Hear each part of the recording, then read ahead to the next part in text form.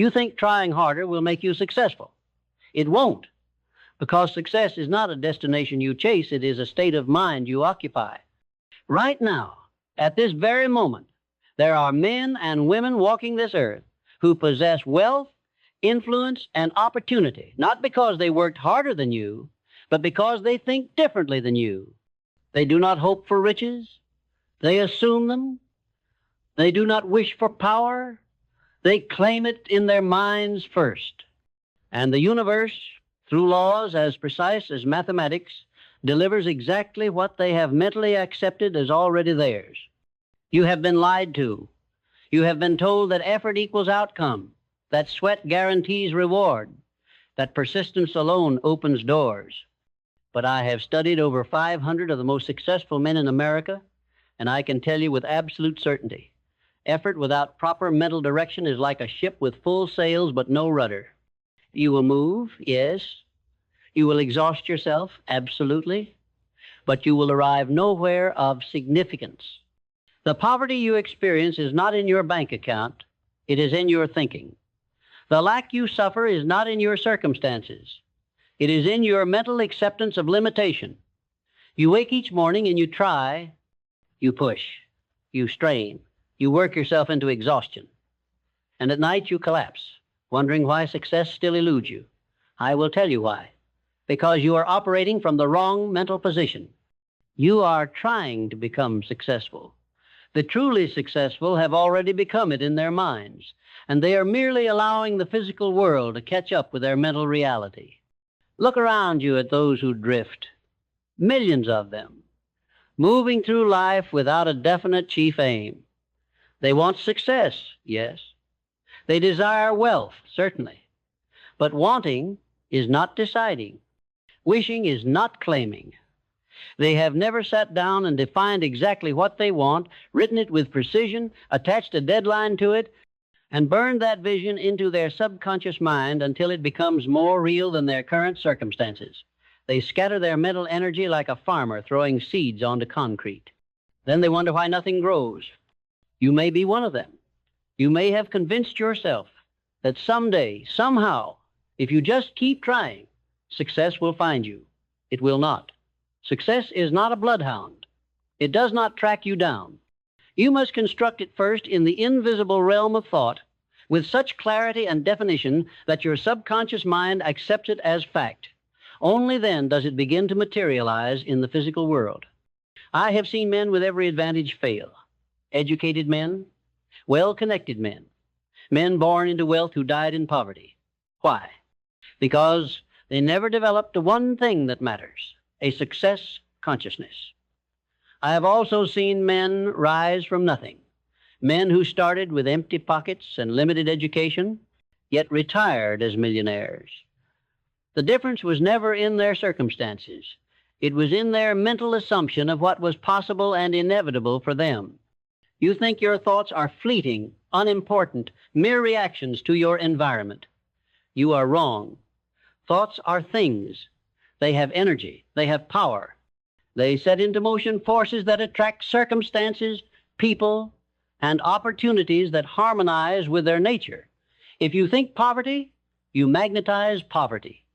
If you think limitation, you construct walls around yourself that no amount of physical effort can breach.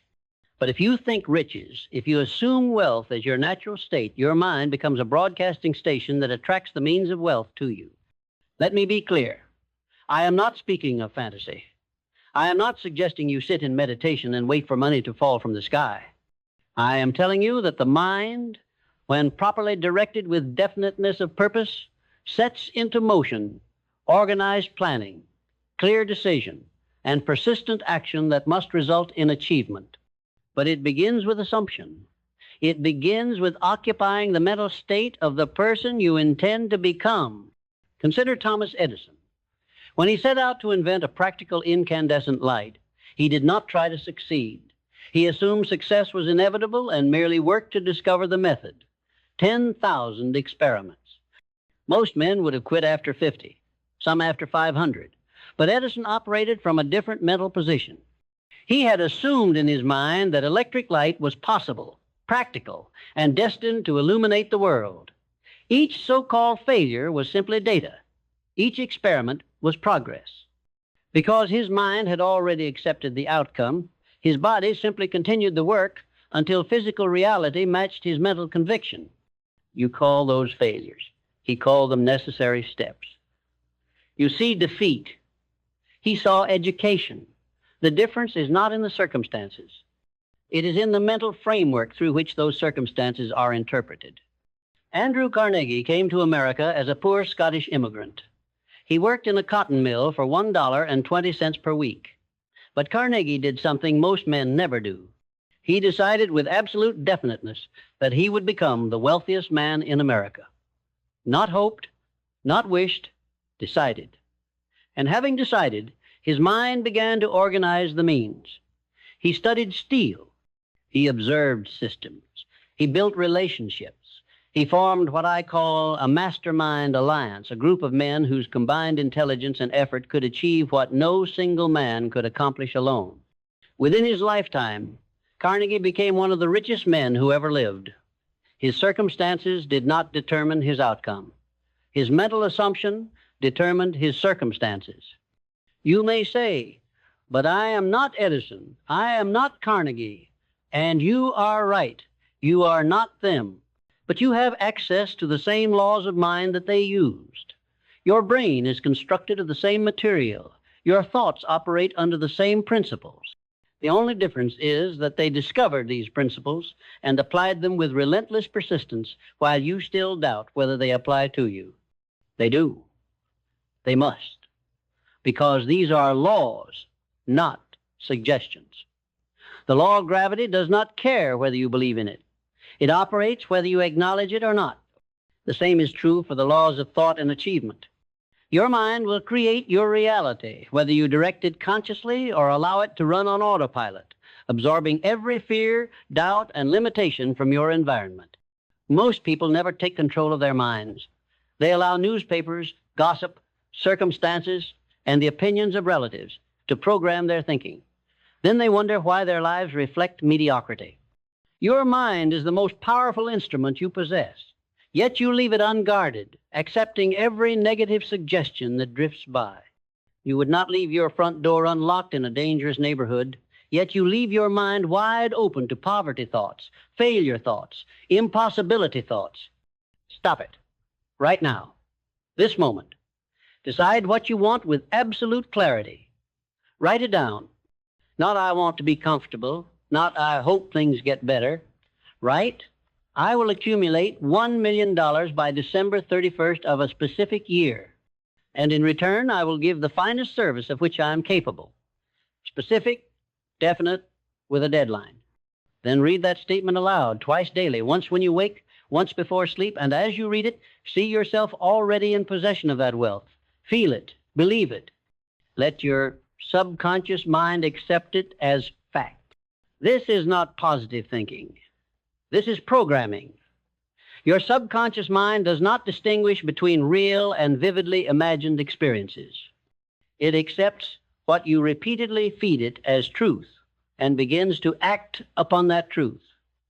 If you feed it images of poverty, struggle, and defeat, it will manifest those conditions. If you feed it images of wealth, success, and achievement, it will work day and night to bring those conditions into your reality. Before I continue, answer one question honestly.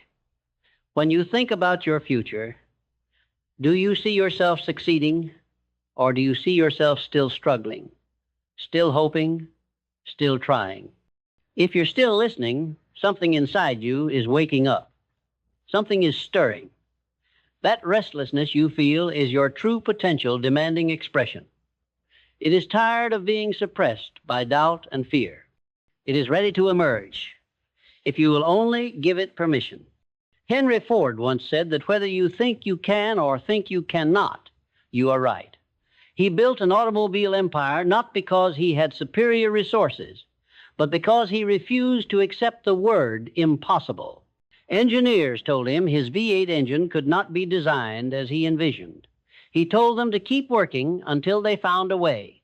Months passed. They returned, saying it was impossible. He told them to continue. Nearly a year later, they discovered the method. The engine was built exactly as Ford had mentally conceived it. What changed? Not the laws of physics, not the properties of metal. What changed was that Ford's mental assumption eventually infected his engineers until they too began to believe, and believing, they found the way. You have been infected with the wrong beliefs. You believe success is hard. You believe wealth is for others. You believe your circumstances define your possibilities. These beliefs are parasites, feeding on your mental energy, draining your potential, keeping you locked in mediocrity. You must remove them, not by fighting them directly, but by replacing them with their opposites. You cannot think poverty and wealth simultaneously. You cannot hold limitation and possibility in your mind at the same instant. Which thought you nourish will determine which reality you experience. I studied failures as closely as I studied successes. The pattern was unmistakable. 98% of people who fail share certain characteristics: indecision, procrastination, lack of a definite major purpose, fear of criticism, acceptance of defeat. These are not character flaws. They are mental habits, and habits can be broken and replaced. Decision is the starting point of all achievement. Not hope, not desire, decision. A burning, unshakable decision from which there is no retreat. When you truly decide, your mind closes all doors except the one that leads to your objective. Opportunities that were always present suddenly become visible. People you need appear in your life. Resources materialize, not through magic, but through the focused application of mental energy. Your mind, having accepted your decision as final, begins to organize all available forces toward its fulfillment. But most people do not decide. They lean toward things. They consider. They weigh options endlessly. They wait for the perfect moment. Meanwhile, life passes. Opportunities expire. The man who decides quickly and changes his mind slowly achieves. The man who decides slowly and changes his mind quickly fails. This is a law as reliable as sunrise. Persistence is the partner of decision. Once you have decided, you must persist through every obstacle, every setback, every appearance of defeat. Most people quit too soon. They try once, fail, and conclude it cannot be done. They try a dozen times, fail, and decide they are not meant to succeed. But every adversity carries the seed of an equivalent or greater benefit. You must look for that seed. You must find it. And when you plant it and nurture it, it will produce a harvest far greater than what you lost. I once knew a man who failed in business 7 times. Each time, he lost everything. His friends called him foolish. His family urged him to accept a steady job. But this man had decided. He had formed a definite chief aim, and he would not abandon it. On his 8th attempt, he succeeded. Within 5 years, he had recovered all previous losses and accumulated substantial wealth. What sustained him? Not luck, not favorable circumstances. Mental assumption. He had assumed in his mind that success was inevitable, and he simply refused to accept any evidence to the contrary. You must develop this quality. You must train your mind to see every setback as temporary, every failure as education, every closed door as redirection toward a better path. The moment you accept defeat as permanent, you are defeated. But if you refuse to accept defeat, if you persist with faith in your definite purpose, defeat cannot be permanent. It becomes merely a chapter in your success story, not the conclusion of it.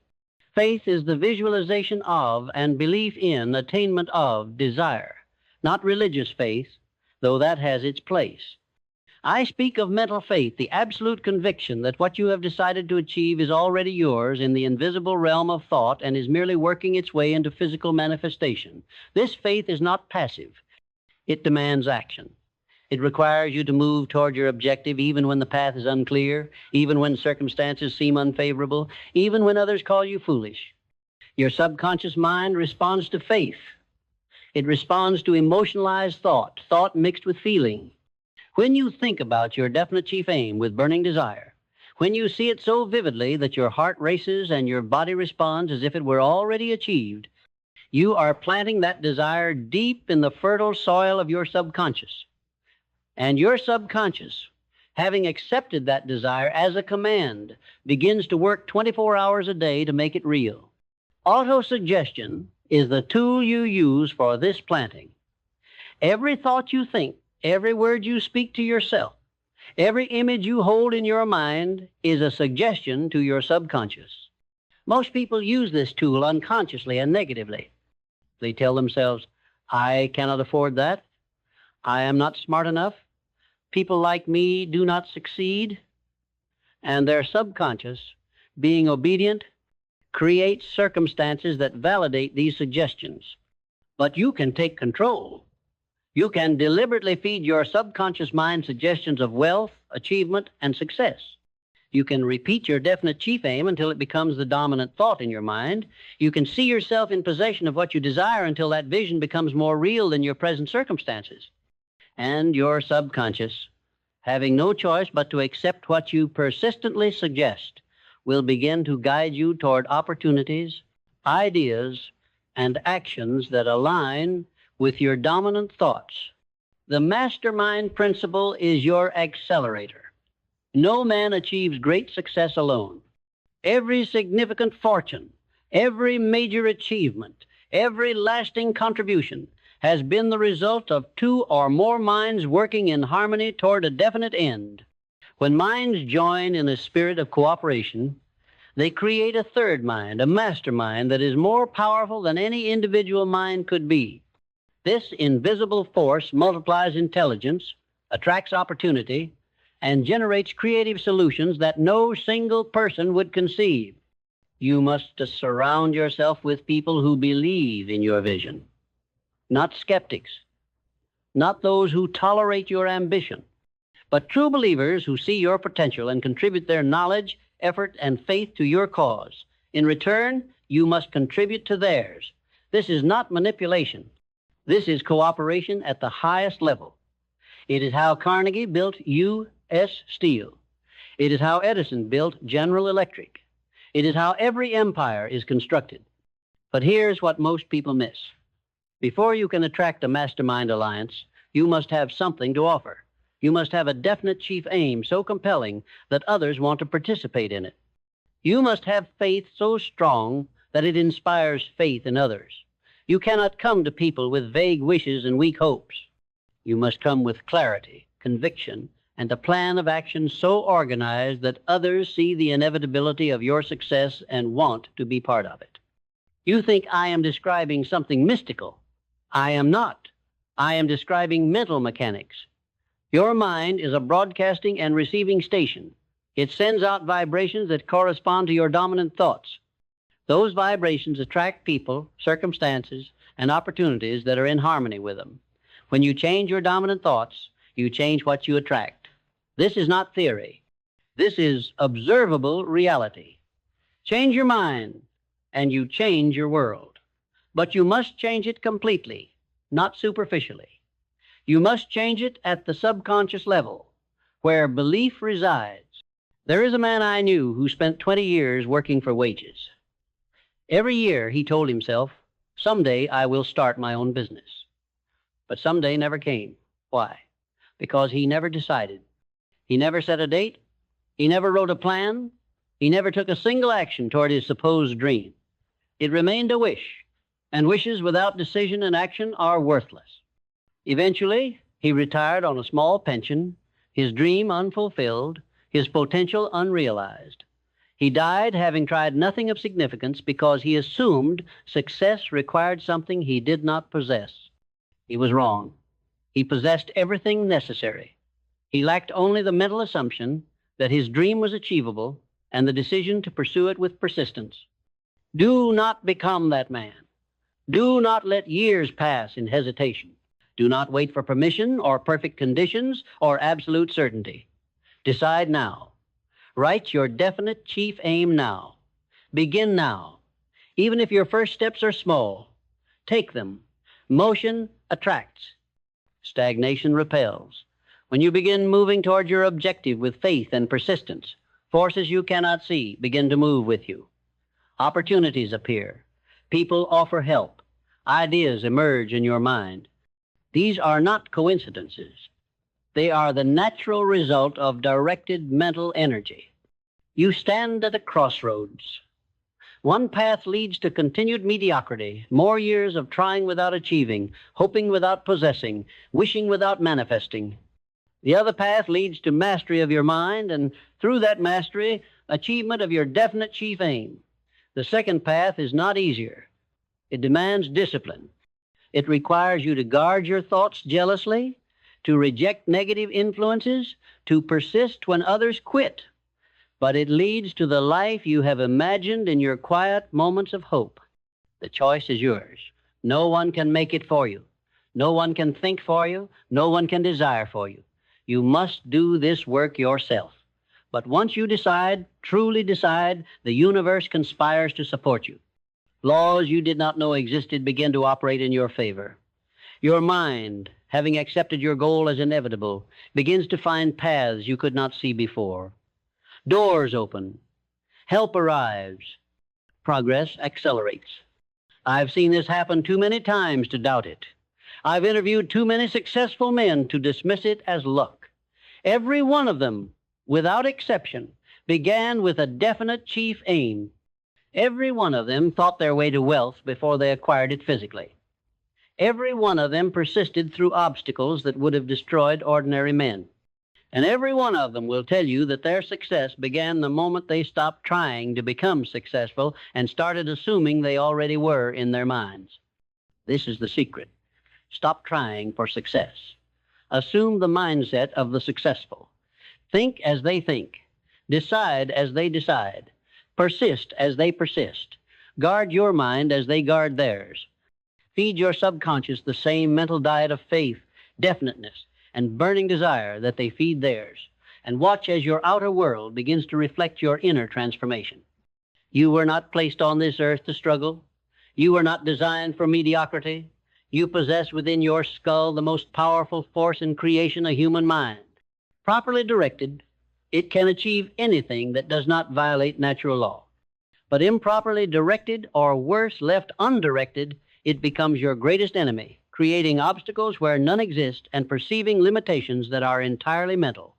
Take command now, this very day. Write your definite chief aim. Make it specific. Attach a deadline. Determine what you will give in return for its achievement. Read it morning and night with emotion and faith. See yourself already in possession of your objective.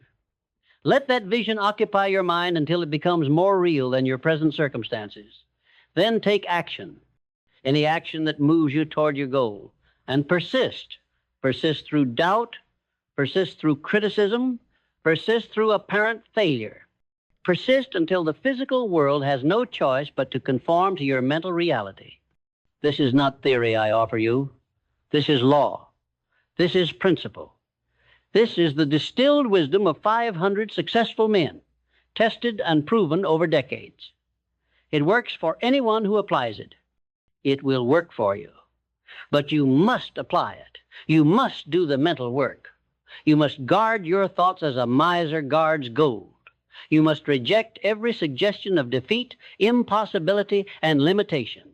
You must occupy your mind completely with your definite chief aim until it becomes an obsession, a magnificent obsession that drives you forward when others rest, that sustains you when others quit, that lifts you to heights others cannot reach. The time is now, not tomorrow, not next week, not when conditions improve, now. Because every day you postpone this decision is a day lost, a day your potential remains imprisoned, a day your dreams move further from reality. But every day you apply these principles is a day you move closer to their manifestation, a day you strengthen your success consciousness, a day you prove to yourself that your mind is indeed the master of your fate. You are the architect of your destiny. You hold the blueprint. You possess the tools. The foundation has been laid by those who came before you and proved these principles true. Now you must build. Not with your hands alone, but with your mind first. Construct your success in thought with such clarity and definiteness that its physical manifestation becomes inevitable. Then persist until what you have built in mind stands before you in reality. This is your moment. This is your opportunity.